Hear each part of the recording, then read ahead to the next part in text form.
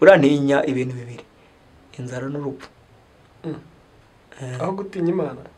Oya, Imana n'ubundi wayitinya utayitinya n'ubundi murabonana tu. Rero cyiza yubahe ntuyitinya, kuko ntuyitinya ntuzayisenga, kandi ni umubyeyi. Imana yatubwiye ngo tujye dusenga Data wa twese, none se watinya se ukamugera imbere? Zaburi ya mbere. Shalom nshuti z'umusaraba, shalom aho muri hirya no hino ku isi hose, shalom shalomeka, ni amahoro tubifuriza mu izina rya Yesu. Turabashuje uyu munsi imbere ya kamera za Zaburi ya mbere TV, turi kumwe n'umukozi w'Imana Masasu. Masasu urasa bikemera. Yesu ashimwe cyane. Hari abantu bakubonye ubwa mbere cyane niba bamubonye cyangwa se ataguherukaga. Masasu uhagaze ute? Magaze neza mu mwuka no mu mubiri rwose, meze neza, nkomeye bwuma mvuze bukwasi. Haleluya, haleluya. Cyaye nk'urwembe. Amen. Ngo ufite ibyo byiringiro ariko yiboneze nk'uko waboneye umugabo ni Yesu. Amen. Imana iduhane umugisha. Hanyuma nimba ari ubwa mbere ubanye natwe kuri Zaburi ya mbere TV, turagusabye ukore subscribe, ntuze kutugenda na nshuti zanjye, ntuze kungendana rwose, niyo nkunga ngusabye. Subscribe, like na comment, ubugize neza cyane, ubuduteye inkunga ikomeye. Hanyuma uyu munsi ubwami bw'Imana mufashe tubwagure, tubwamamaze. Iki kiganiro kikuryohera, ukoreshe ya ku nshuti zawe. Masasu, Imana ikurinze gute muri iyi minsi? Ubuzima bw'ubusore ubusore rwose tuzabugumana mu gihe kingana iki kibazo rero cy'ubusore. Imana inkundiye umwaka ntabuvamo, ariko bibaye uko ishaka nyine nibibe uko nshaka. Nibona ko nabwambuka neza ubwo n'umwaka utaha nabuvamo, ariko byibuza 2025 sindageze nyiri umusore. Kurumva iyo utinze cyane bamugani gutinda mu nyama gatwara imifuka. Rero inyambutse hakiri kare mbubagire tuburira inyama ni nkoko. Kubera Imana dukorera Imana twuzuye, buriya ntabwo ntuzenda cyangwa mu rugo. Ubyumve mu izina rya Yesu. Amen.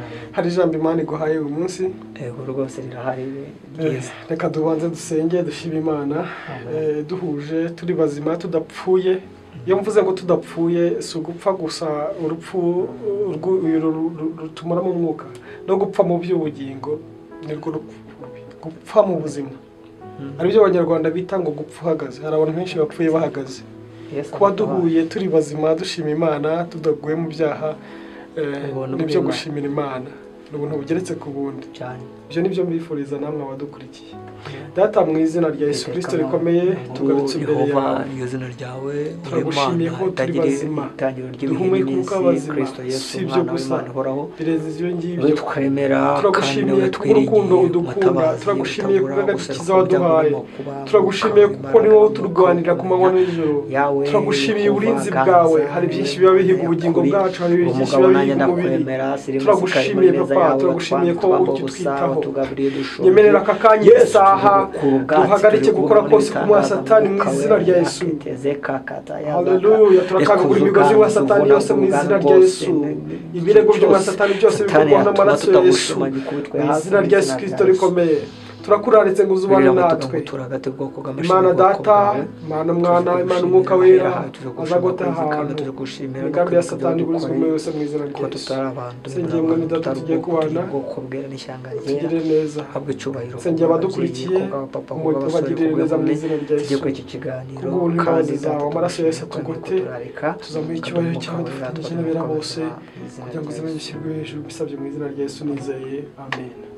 Karibu mwene Data tuganirize ku by'ubwami bw'Imana. Haleluya.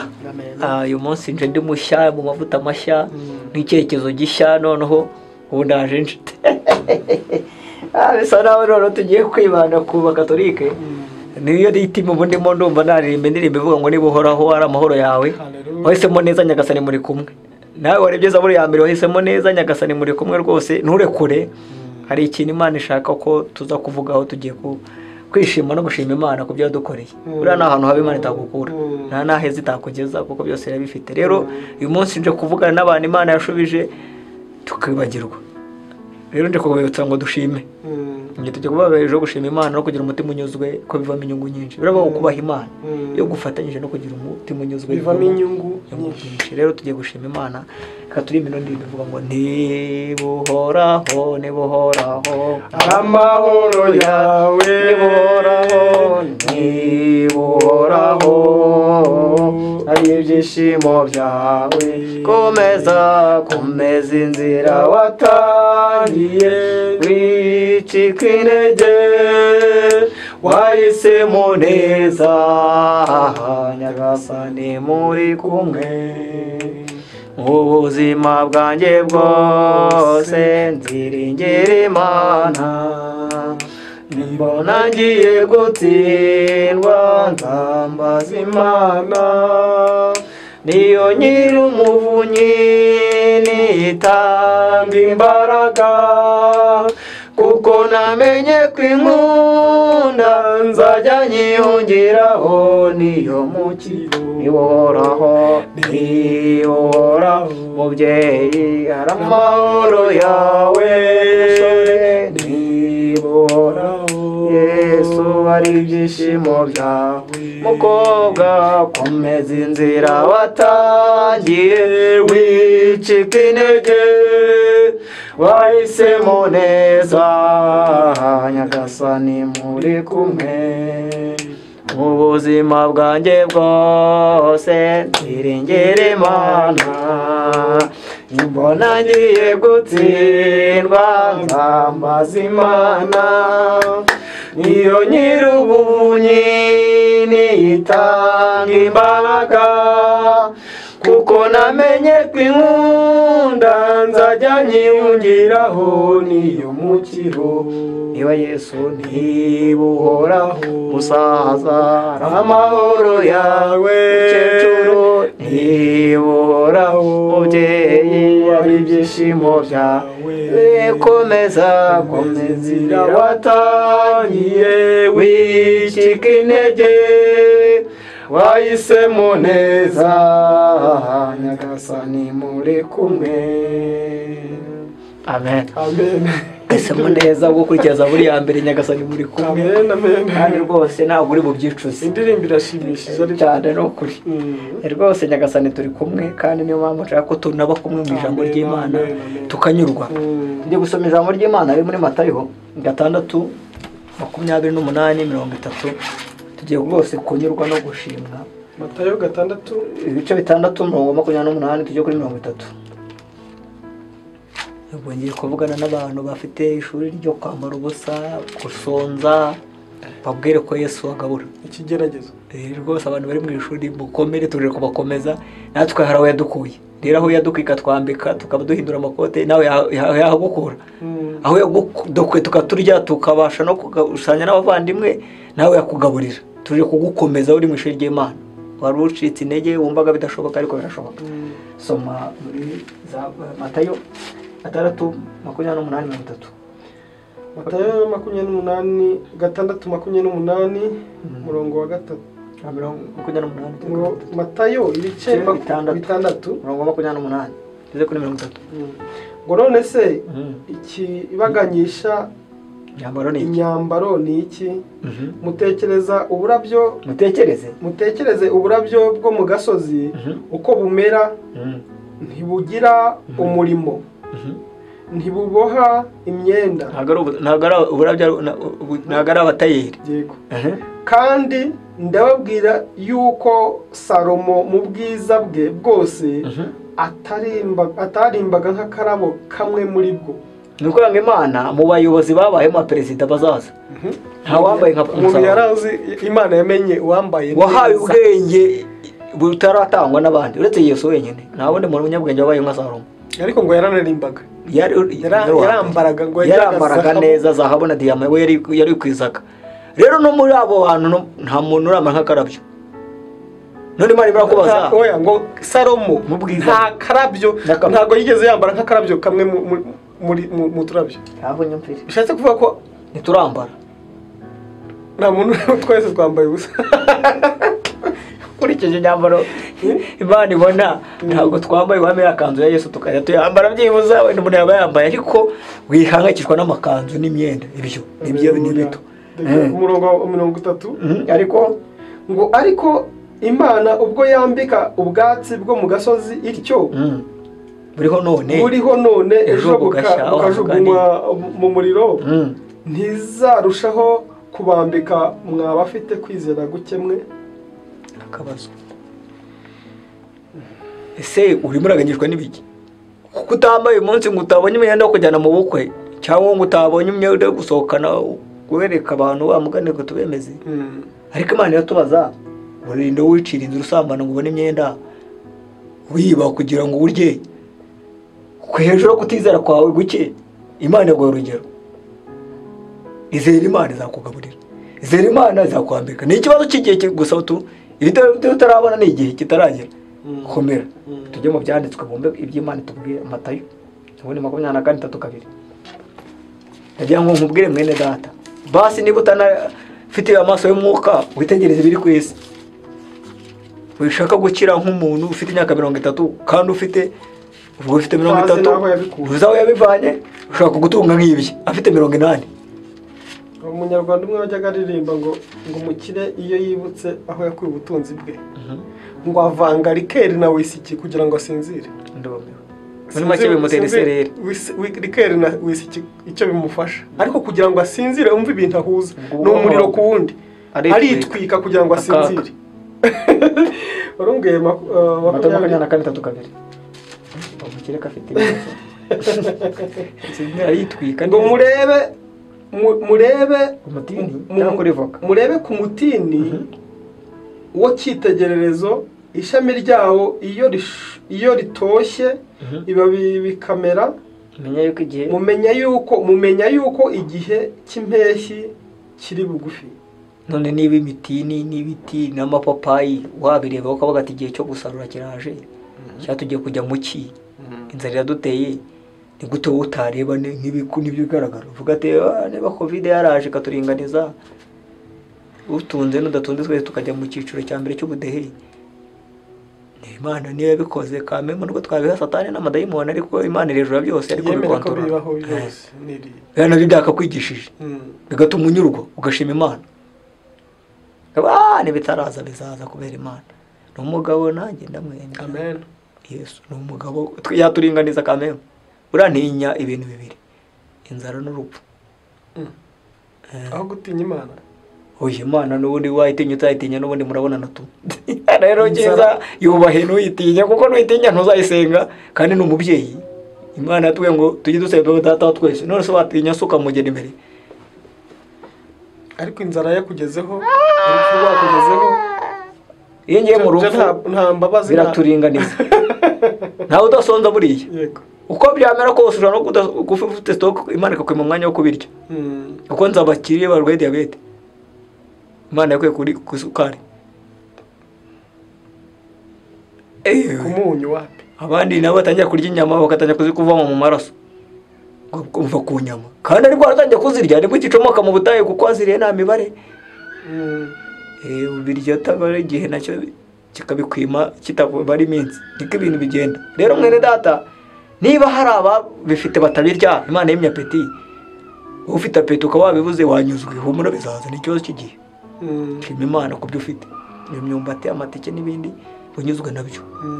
Ifiriti n'umuceri n'inyama n'ibindi urabirya kabiri gatatu bakabigukuraho.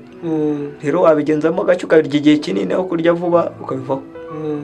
Sinzire ko nyuma Yohana 15 gusa n'ibiti n'ibindi twabyigiraho. Nyuma nakubwira ngo tunyurwe, gusa kunyurwa tutari muri Kristo biragoye. Yohana 15. Yohana ubutumwa bwiza bwa Yesu 15:4. Jya muri Yesu unyurirwemo. Dusome mu izina rya Yesu. Mugume muri jye nanjye ngume muri mwe. Hanyuma guta murimo, nkuko ishami ritabasha kwera imbuto ubwaryo ritagumye mu muzabibu, niko namwe mutabasha nimutaguma muri jye. Impamvu y'imbaraga zitugushima zanatuma unyurwa ni Yesu, kuko nyuma ya Yesu nta kunyurwa kubayo. Ejo ushaka miliyoni ugashaka enye, kuko bwati nibwo wakwica umuntu utera imbere, kuko niko hanze ya Kristo bivuga. Ariko ntiwabasha kunyurwa no gushima Imana utari muri Kristo. Umuti na wundi guma muri we. kuko nuguma muri we uzabona imbaraga zo kurenza amaso ibyo biguhinyuza. Nibi ko biri kuza ni ishuri ry'Imana, Imana ushimwe. Imana ishimwe ko uyu munsi ushonje kuko ejo uzaba utunze stock y'ibiryo. Imana ishimwe ko uyu munsi muri konti nta mafaranga arimo, ejo uzaba uri muraguriza abakene. Imana ishimwe ko ahari ko uyu munsi wabaye imfubyi kuko ejo uzaba uri umubyeyi. Nta na kimwe Imana iguha kitari mu mashimwe yayo. Nibyo uca mu uyu munsi ni ubuhamya bw'ejo bwawe, intambara ufite, agahinda, umubabaro, ejo bizahinduka ubuhamya bw'abandi. Rero bisaba imbaraga zo kugira imizi muri Kristo. Turi kuvuga hejuru yo gushima ku byo Imana yaduhaye no kunyurwa, kuko niba utaranyurwa n'inzu ufite imwe ntabwo umenya ko nubona parito muzanyurwa. Ubwo ndavuga amataje ageretse. Simvuze ngo nyurwa urekere gukora, shimira ubwate wageje ukora amaye mushimira ko n'ibindi bikorera, ariko wabanje kunyurwa unashima. Umutima utanyurwa ntushobora kunezeza Imana, ntabwo bishoboka. Dusomere Abaroma 1:20 wumve. Ibi bintu rega bisaba andi maso n'indi myumvire n'indi mitekerereze, kuko nababwira umuntu ufite stock ye cyangwa uranguza burarirwa ubwire ngo nyurwa, biratangaje ku muntu ufite cyongereye burarirwa atanyurwa, ariko ucuruza ikazi imwe ya fanta akanyurwa.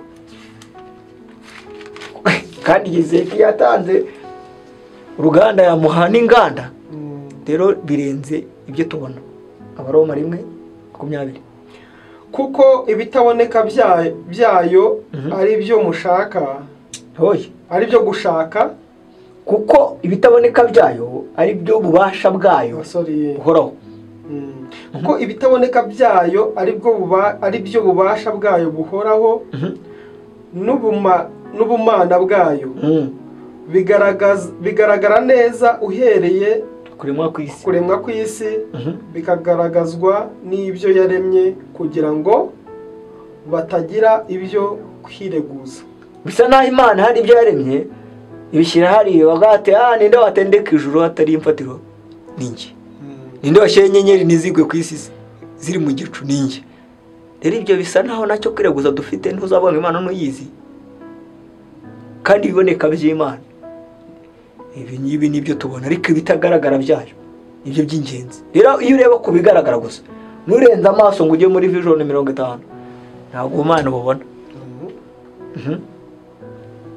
Umurongo wa 21. Kuko bamenye Imana, kuko abamenye Imana batayubahirije nk'Imana, habe no kuyishima, ahubwo bahinduka abibwira ibitagira umumaro. Bamenye Imana ntibashima, ahubwo bahinduka kuko kudashima Imana nuko ngo urimbura mu mumaro. Dushimye Imana yemeye ko turabashomeri, dushimye Imana yemeye ko utasoje amashuri kuko ifite ubushobozi ko nabayasoje nibo yabikoreye. Rero dushimye Imana tutazayibera imbura mu mumaro. Se duhere turira nubwo n'amafaranga mfite ariko ndahumeka, sindi muri koma. Nubwo umwana atabonye ko ajya kuri Minerval ariko ni muzima, sinzi niba iki Imana yavuze ucyumvishe. Nubwo hari ibitagenda neza nona ariko hari ubuzima ufite. Rero dushima Imana twaye kuyibera imbura mu mumaro. Se twirengagiza ko ari byakoze. Yatugawe muri Covid ntawe ukora, iratwambitse. Twirengagiza ko twabaye twambaye ibirenge, turya ibijya muri puberi, twaba mwari ngo umwana gito sinzi ko nibabyita ndashima. Ariko koko Imana yarakoze turayishimiye, yabaye Beneza yaratuzahuye. Benshi muri twe turi imfubyi, abandi ntibazi imiryango kubera jenoside, ariko muri abagabo murubatse. Yesu ni wese w'imfubyi akamuga abapfakazi, turi gukomeza umupfakazi. Ashimwe umwami w'abana. Niyo twavuze tuvuga ngo n'umugabo nanjye ndamwemera, n'umugabo wahisemo neza Nyagasani muri kumwe, mwikomezeho mushimire. Dati Imana waranyomoye, wamaye umuryango, yaguha abavandimwe benshi banariwe wenda n'abatera nkunga bikoma compassion na farije. Nukuri Imana we mubyeyi, abanyarwanda turanyuzwa. Rero tukanyurwa tugashima Imana, ariko bisaba kubura umunyamwuka kameme. Turebere muri Yohana 16 13 ubutumwa bwiza twige kunyurwa kandi bizahesha Imana icyubahiro no kwishima. Yohana 16 13 yego Yohana 16 ravuga ngo uwo mwuka w'ukuri naza azabayobora mu kuri kose kuko atazavuga kubwe ahubwo ibyo azumva nibyo azavuga kandi azababwira ibyenda kubaho.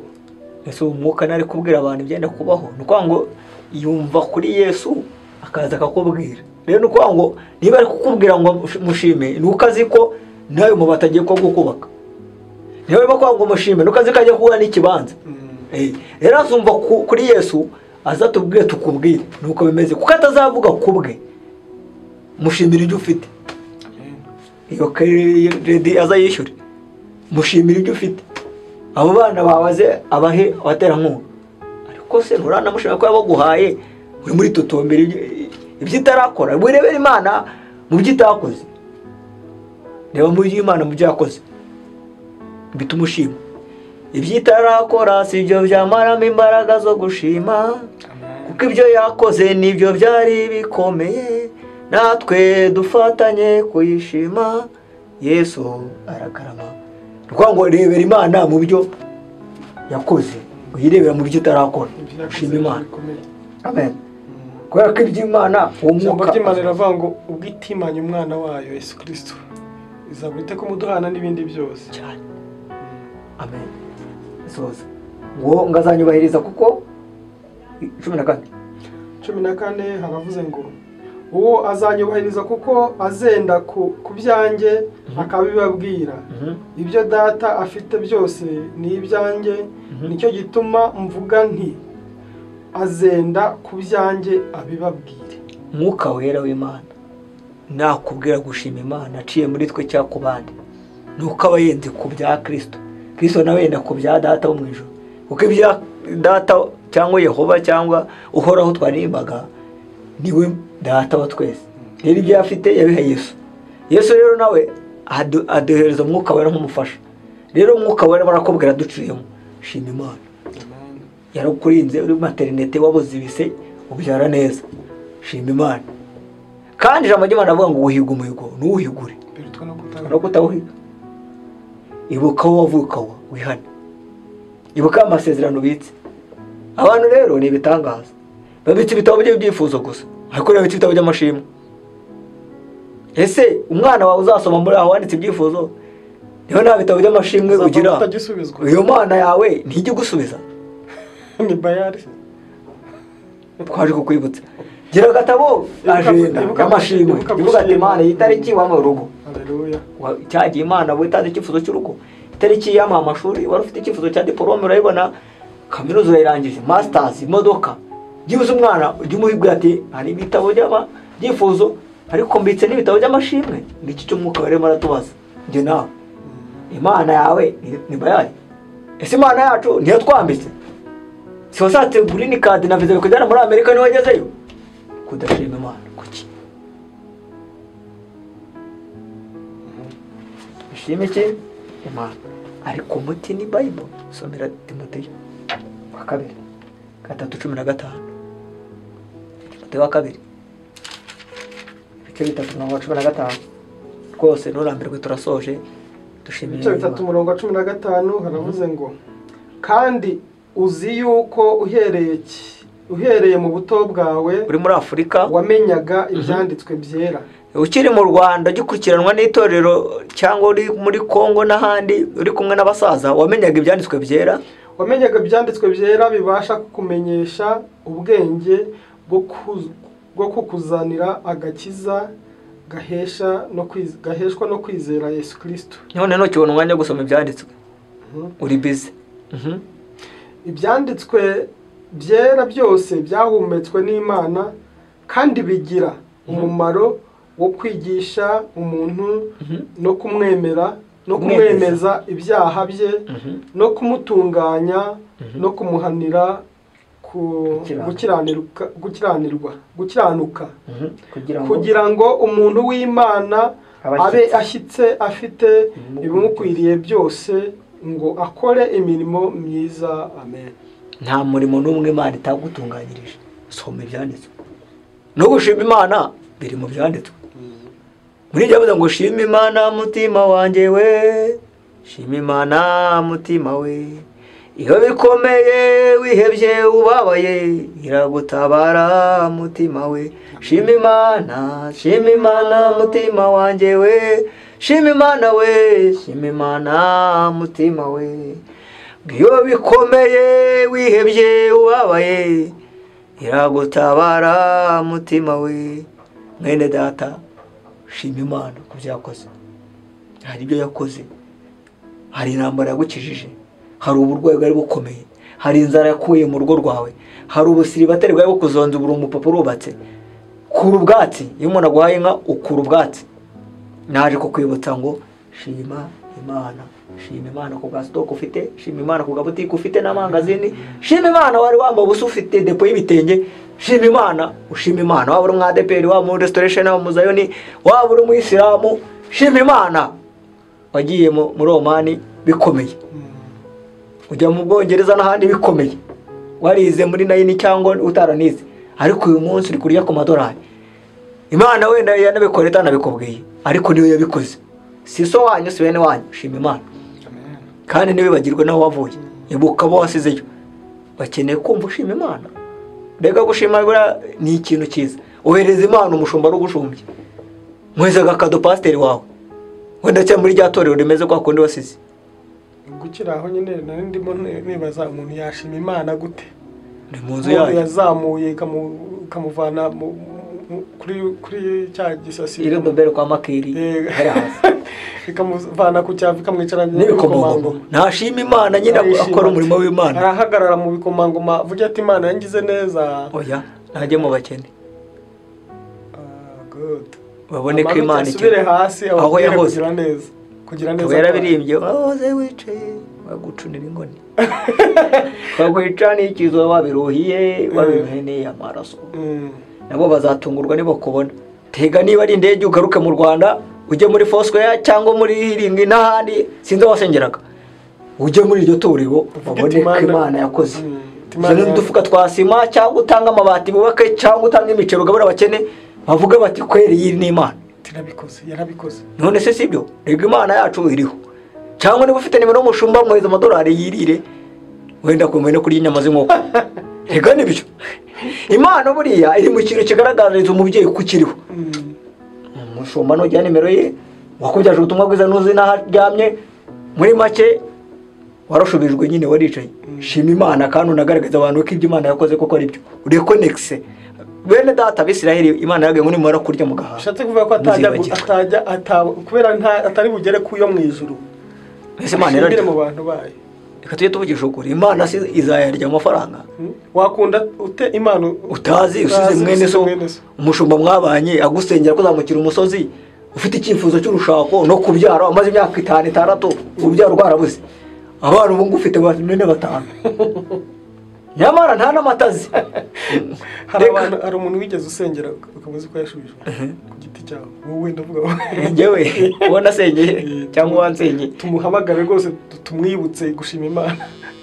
Nasengeye benshi hari abo mu bitaro hari abari yewe ntibasubijwe barahari pe ariko barahari hari abari Canada Amerika bagira ngo baze bashima Imana. Oya turimo turagurira ubwami bw'Imana wenda bashaka kubyita ibindi ariko abemera ko abanyamuryango ba Turopu n'abaterankunga bayo bagashinya Imana kuko president ndabasengera.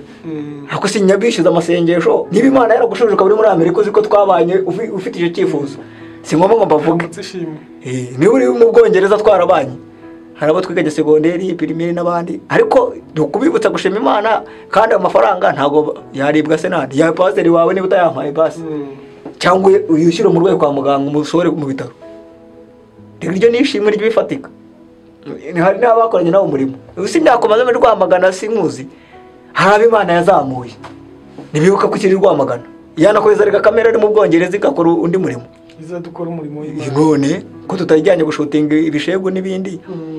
Rega bene data twibuke bashaka mwarakoranye umurimo muri yari ndimo ndavuga umuvane turi kumwe hano ntabwo dukenye pe we ndimo ndavugira gushima Imana mutume umubwo cyangwa twaririmbanye muri Zayoni n'urugero ukaba uri muri Kenya n'ahandi wari ufite ibyifuzo tugazamuka imisozi n'abandi shima Imana bene data ntago ndi kwisabira pe wakohereza Apotre Masasu wakoza Gitwaza wakoherereza Stero Kizo Sostene n'abandi bashumba Antoine Riverante kanone ari bari tayadi ni umubyeyi wacu abaze yari protesta baramuzi mobile money irahari mujye murekonesa ibintu abakozi b'Imana bakoze ibi ngibi ndi kubivuga kujya mwibuka aho mwavuye inshuti yanjye shima Imana kandi ushima Imana ubwira umubyeyi ngati warakoze yamasengesho wariyirije Imana iransubiza waraye amajoro ku bwanjye mwana wanjye ariga yarangije mu Bwongereza ndamushingiye amen ohereza amata kuri nimero ye si ngombwa yanjye rwose hari abantu bakoreye Imana muri uru Rwanda hari abasaza duhagaze ku birenge byabo uyu munsi turi kuvuga kuko batubyaje ubutumwa bwiza waba usenya muri deroke wari umushumba Fred wajya n'ahandi si ngombwa bose ngo marondore hari Bishop Gasore Rwamagana n'abandi mwene data mu Kristo wowe ni video washima Imana binyujije mu mushumba ubicishije mu baririmbyi mwaririmba nyari perezida wakorari wakuyoboye ndega tukibagirwa twavuye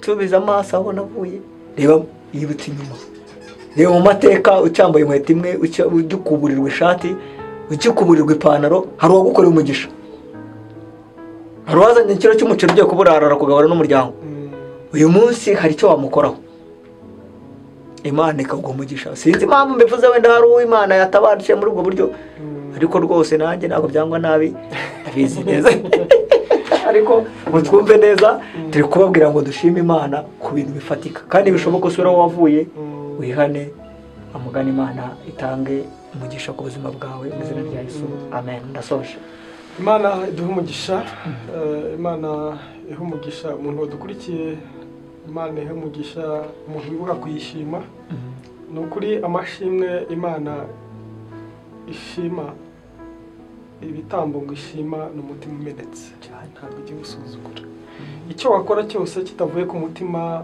ukunze ubikunze ntacyo cyaba kimaze cyaba ari ukwifotoza ariko ikintu umutima wawe guhata gukora rimwe kabiri kumva umutima urakiguhata cyangwa se Imana ikwibutsa umuhigo wahize igihe wari uri hahandi ujya wihutira kuyigura biba byiza cyane kandi bizana umugisha ugenda wiyongera ku wundi uva mu bwiza ujya mu bundi Imana iduhana umugisha hari umuntu wakwifuza gusengana nawe yakubona gute kwifuza ko dusengana icyifuzo cyangwa n'ikindi deliverance cyangwa ukeneye kwiga na classe za BCC aho waba uri hose ku isi yose zakugeraho kuko ziri international ni Bible Communication Center ubwo ndimo ndavuga gutyo kandi n'abandi bashumba mukomeze muri kuri abantu bajye kwiga ntabwo rwose zira classe zireba abakristo bo muri Evangelical Solution Church gusa oya wava kwa Apotre Mignone wava kwa Serekiza wava kwa muri Foscoya kwa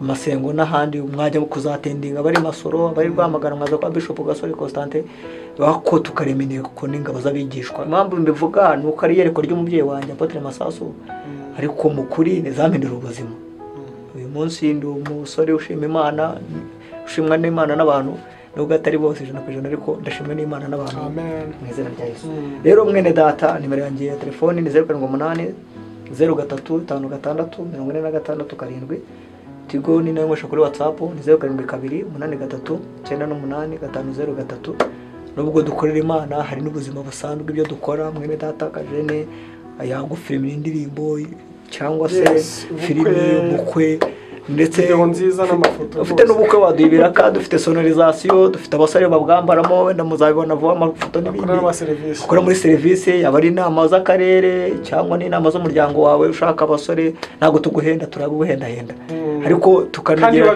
cyane babizerwa n'inyangamagayo barezwe n'ijambo ry'Imana narutse kujya ahantu ubwo ugiye kuvuga ibintu bitari byiza reka tubaze dusoze oya ntago ari bibi ntacyo bivuga nsanga abahungu bari muri service barimo gukora service kandi banishyuwe ariko wareba ukuntu barimo gutanguranwa abageni bagihaguruka baratanguranwa bajya kuri table de donner yes guhubuzayo za champagne undi mukanya baratatsa ati telefone yanjye gifuti impano we baviziye igicupa ni inzoga bakoreshaga igicupa cy'inzoga ikomeye ihenze irimo bayivize batagitinze bahita bayinyereza ibyari ibyishimo usanga kubera abantu bari muri service barimo gutanga sonorisation nayo bari kuri sonorisation sinatinya kubivuga hari gihe rero ushyira umuntu mu bintu byawe atari umwizerwa bikaba ubukwe bugahinduka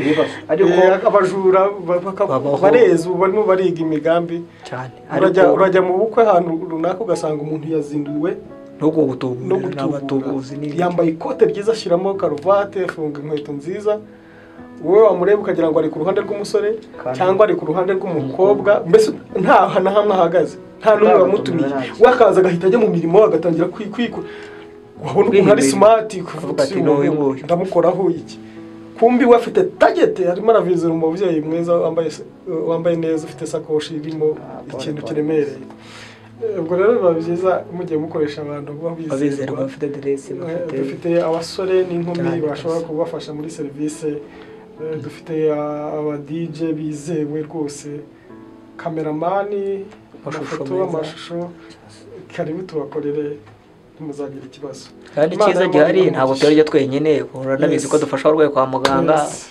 dukura n'inkunga y'abarwayi tukayishyiraho twayikoreye kuko dukora umurimo w'Imana atuwo ministry dufasha mu barwayi rero urumva turabavugizi bayo no kugira n'abarwayi babeho aho bana bayikoremo uwo murimo bakeneye ibyo biraka no muri deriva baduha ibiraka n'ahandi ukeneye abasore n'urubyiruko wambaza cyo kabaza umuvandimwe tukabaguha bafite adresse bafite n'ikinyabupfura barizwe Imana ibahe umugisha hanyuma turagushimiye wabanye natwe wenda ari ubwa mbere kora subscribe kugira ngo tujye tubasha kubana mu biganiro tuba twabateguriye ikindi ndabasaba umuntu wari wese gukora like turayikeneye like yawe na comment turayikeneye kugira ngo bibashe kudutera imbaraga urakoze cyane wasoza ushima Imana usengera n'abantu bose muri rusange ko cyane n'abarwayi cyane niko ari umuhamagaro twahamagarira reka tubasengere ariko akanakarenzaho dukora cyane mu mako y'abakristo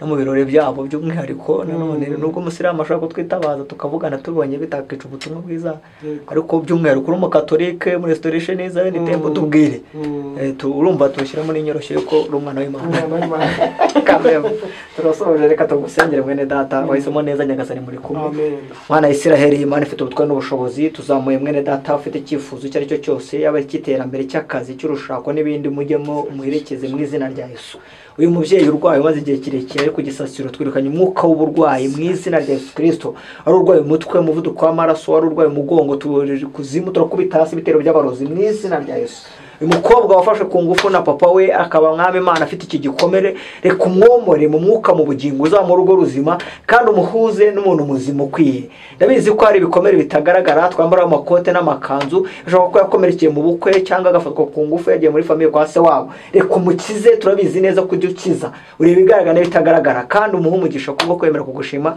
no kubohorwa nawe reka uyu musore nawe wari wihebye yumvaga nta cyerekezo kimuhe kandi ubakureho abahanuzi b'ibinyoma n'abigisha bateka mutwe mu izina rya Yesu reka umuntu wese wemeye gutera utambwe arimo kwakira umubere umwami n'umukiza w'ubugingo bwe reka Kristo Yesu iki kiganiro gerekeze turagushimira ko abanye natwe tuva mu itangira dutangira kandi ukabona giherekeje muri data akaba yagikurikiye nuko buri kumugirira neza no kumumugisha sinagere habwe cyubahiro mu izina rya Yesu Kristo amen Zaburi ya mbere